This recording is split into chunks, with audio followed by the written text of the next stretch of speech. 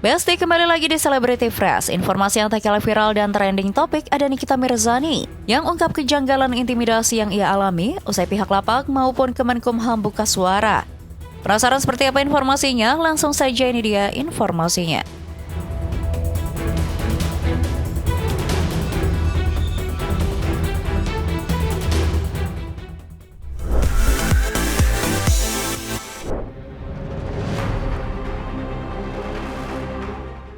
Besti, kabar mengejutkan datang dari Nikita Mirzani. Saat ini tengah menjalani masa tahanan di Rutan Pondok Bambu. Ia mengaku mendapat intimidasi dari petugas lapas.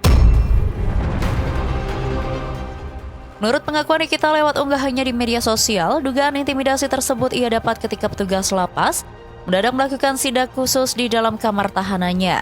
Tak lama setelah membagikan keresahannya terhadap kasus tindak pidana pencucian uang yang melibatkan ex-Jampitsus Febri ini, Besti. Menanggapi kabar tersebut, Kabid Keamanan, Perawatan, dan Kepatuhan Internal Kemenkumham, Edi Sigit, buka suara. Dalam pernyataan resminya, Edi membantah pihaknya mengintimidasi Nikita Mirzani di dalam lapas.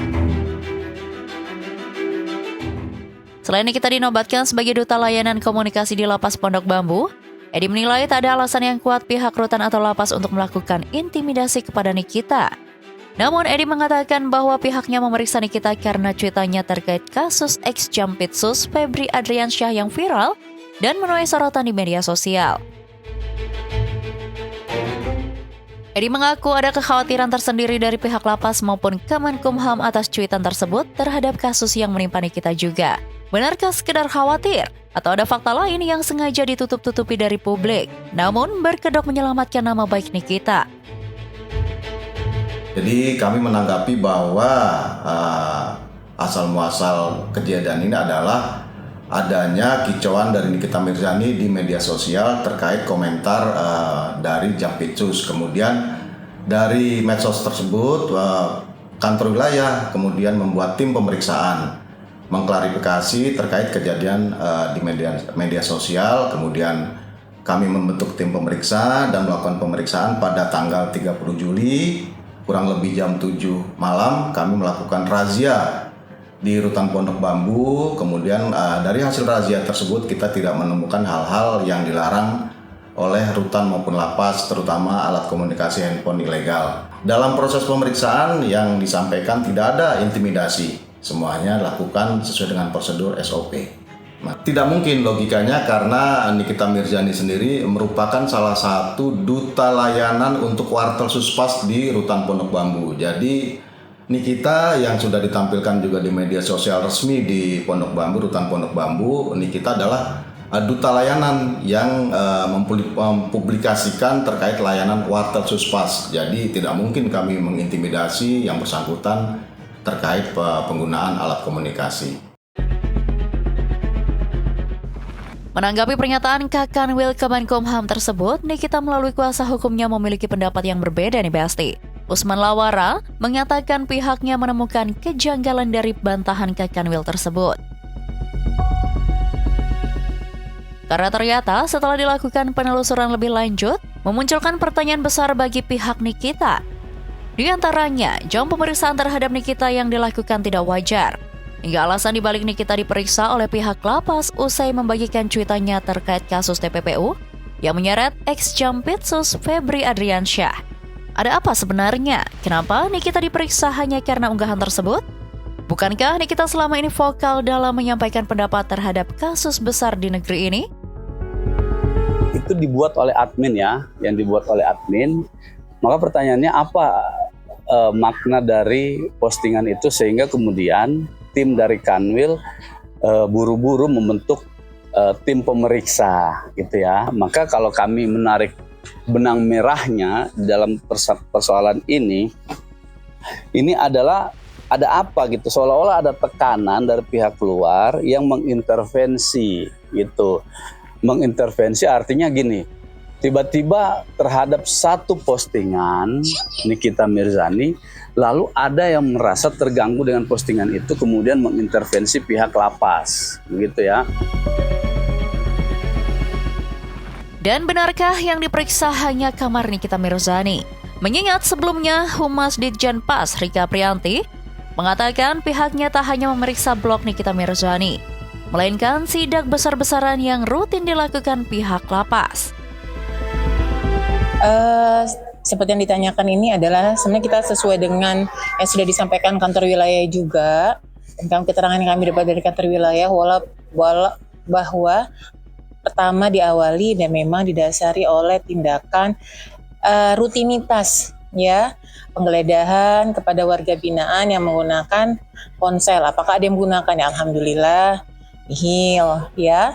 Yang kedua yang tadi ditanyakan itu intimidasi, sebenarnya bukan intimidasi barangkali ya, lebih kepada konfirmasi, menanyakan, dan kalau keterangan dari kantor wilayah ini sebenarnya melindungi dari Nikita sendiri.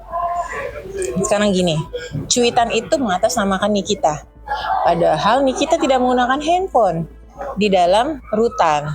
Nah, ini bagian dari kita juga melindungi rutannya, melindungi si Nikitanya juga, bahwa Nikita itu tidak menggunakan handphone gitu kan. Adapun itu adalah di bagian adminnya. Nah, ini yang kemudian menurut kami adalah ada something wrong, ada sesuatu yang salah lah di dalam hal ini.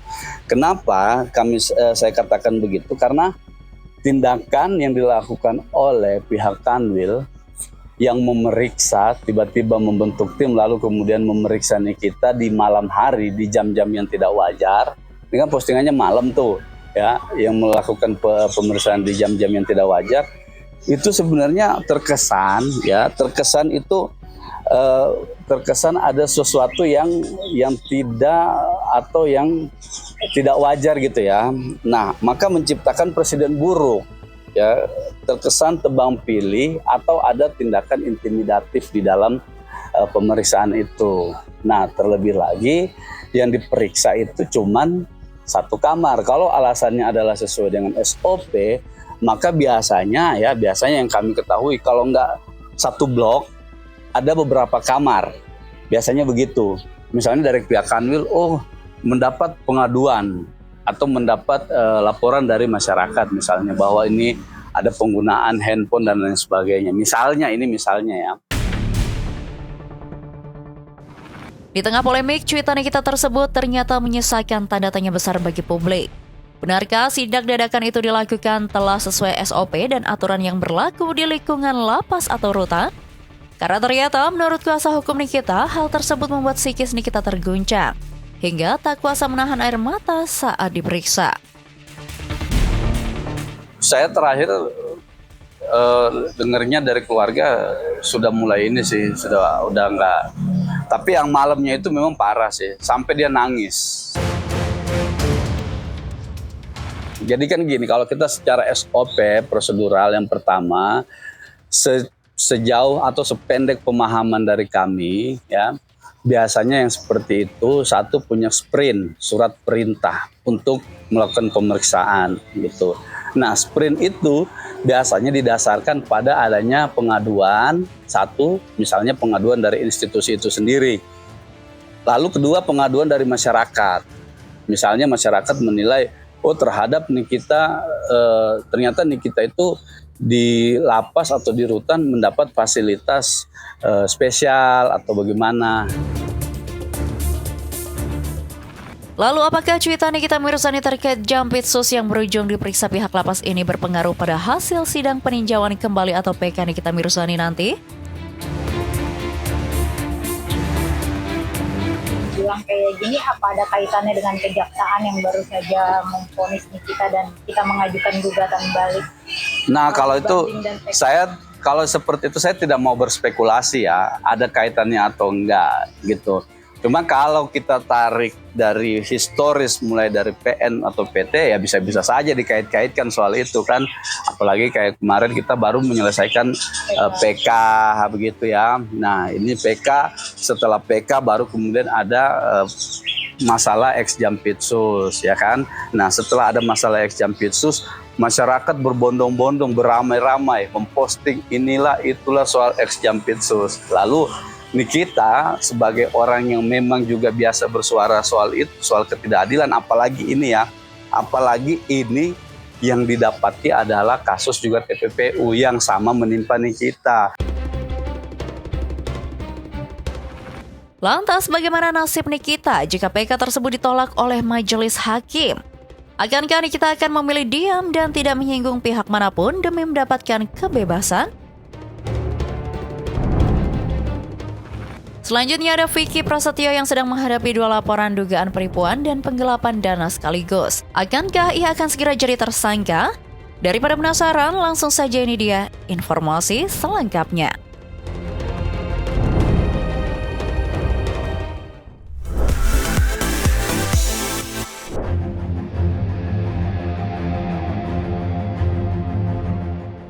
Besti, baru-baru ini nama Vicky Prasetyo jadi topik hangat diperbincangkan publik. Bukan hanya soal menelantarkan anak dan istri, ia juga terseret kasus dugaan penipuan dan penggelapan dana. Jadi terkait dengan saudara FP, ini ada 2 laporan. Yang pertama, laporan mengenai dugaan pidana penipuan dan atau penggelapan, di mana hal ini dilaporkan oleh saudara RAS, dan saat ini penyidik masih memproses perkara tersebut. Sudah ada saksi-saksi yang diperiksa. Perkara yang laporan saudara RAS ini sudah masuk di tahap penyidikan. Untuk laporan yang kedua, yaitu laporan di bulan Juli 2026. Ini pelapornya adalah saudara TA. Dugaan laporannya juga sama, yaitu mengenai dugaan pidana penipuan dan atau penggelapan. Kabar ini dibenarkan oleh Humas Polda Metro Jaya AKBP Onkoseno Grandiarso Sukahar. Dalam pernyataan resminya, Onkoseno mengatakan bahwa pihaknya sedang menindaklanjuti 2 kasus sekaligus yang menyeret nama Vicky Prasetyo. Yang pertama merupakan laporan penipuan yang dilaporkan RAS dengan jumlah kerugian mencapai 500 juta rupiah. Sementara kasus penipuan dan penggelapan dana yang dilaporkan TA yang sampai saat ini masih didalami oleh pihak penyidik Polda Metro Jaya. Untuk kerugian yang dilampirkan di perkara yang laporan saudara RAS itu ada sekitar 500 juta rupiah. Namun di luar itu ada rangkaian perjanjian dan sebagainya yang mengikuti dengan aset ya, atau berupa aset itu belum diperincikan. Untuk yang kedua itu dengan adanya bukti pendukung yang baru dipelajari oleh penyidik, untuk rincian nanti akan kami update lebih lanjut. Lalu, kapan Vicky Prasetyo akan diperiksa pihak penyidik Polda Metro Jaya? Dan akankah ia segera berstatus tersangka atas 2 laporan yang menimpa namanya saat ini? Untuk pemeriksaan terhadap saudara FP tentunya diagendakan oleh tim penyidik. Nanti akan kami update lebih lanjut. Oke Besti, jangan kemana-mana dulu karena setelah ini masih banyak sekali informasi seru lainnya. So, tetap di Celebrity Fresh.